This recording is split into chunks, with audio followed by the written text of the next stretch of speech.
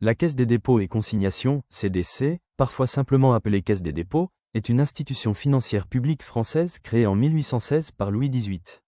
Son directeur est nommé par décret en Conseil des ministres du Président de la République. Le directeur est placé sous le contrôle permanent d'une commission de surveillance rendant compte au Parlement français, devant valider ses grandes décisions. Cette commission a le pouvoir de le démettre. La Caisse des dépôts et consignations et ses filiales constituent un groupe public au service de l'intérêt général et du développement économique du pays. Ce groupe remplit des missions d'intérêt général en appui des politiques publiques conduites par l'État et les collectivités territoriales et peut exercer des activités concurrentielles. Elle emploie à la fois des fonctionnaires et du personnel de droit privé sous le régime des conventions collectives. Son siège se situe dans le 7e arrondissement de Paris.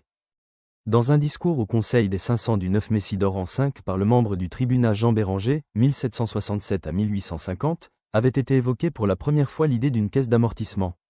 27 juin 1797, une des mesures les plus urgentes quant à la dette publique, se séparer du service journalier des arriérés et affecter celui-ci à une caisse d'amortissement. Cette caisse sera créée 3 ans plus tard, en 1800, sous le nom de Caisse de garantie et d'amortissement et installée rue de l'Oratoire dans l'ancien couvent de la congrégation de l'Oratoire du Louvre. C'est en même temps une caisse de garantie et de dépôt. Son rôle est de garantir le paiement des obligations en souffrance, de contribuer à l'amortissement de la dette, et, accessoirement, de concourir à l'établissement de la Banque de France en prenant de ses actions pour un montant de 5 millions, soit près de la moitié de son capital initial. Bonaparte nomme très vite Jean Béranger au poste de directeur général de cette caisse, à la place de Molien, nommé ministre du Trésor public en remplacement de Barbé-Marbois, évincé après la crise de la fin de 1805.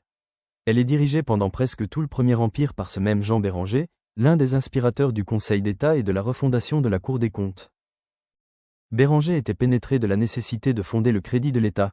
Le moyen le plus efficace était, dans sa conviction, d'assurer la régularité du service de sa dette, que le jeu régulier d'un amortissement, atténuant chaque année une partie de la dette publique, offrait une garantie aux créanciers pour le service annuel des intérêts et pour le remboursement du capital de leurs créances, à la condition que le service de l'amortissement soit mis au premier rang des charges publiques et soit solidement assuré.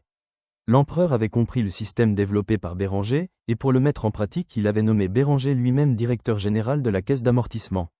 On sait que les désastres de la guerre de Russie, en 1812, de la campagne de Dresde de 1813 et enfin de l'invasion d'une partie de l'Empire par les armées de l'Europe, en 1814, paralysèrent l'action de cette institution. Mais quand on suit la marche que le directeur général avait voulu lui imprimer, on reconnaît que cette organisation avait été bien conçue et bien établie.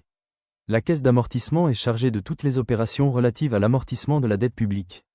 Comme caisse de garantie, du remboursement à présentation des obligations souscrites par les receveurs généraux qui ne seraient point acquittés par eux, de la comptabilité générale des cautionnements, de leur remboursement dans les cas prévus par les lois, et la distribution des intérêts qui y sont attribués. Comme caisse des dépôts, du service des consignations dans tout l'Empire, tel qu'il est organisé par la loi du 28 Messidor, en 13.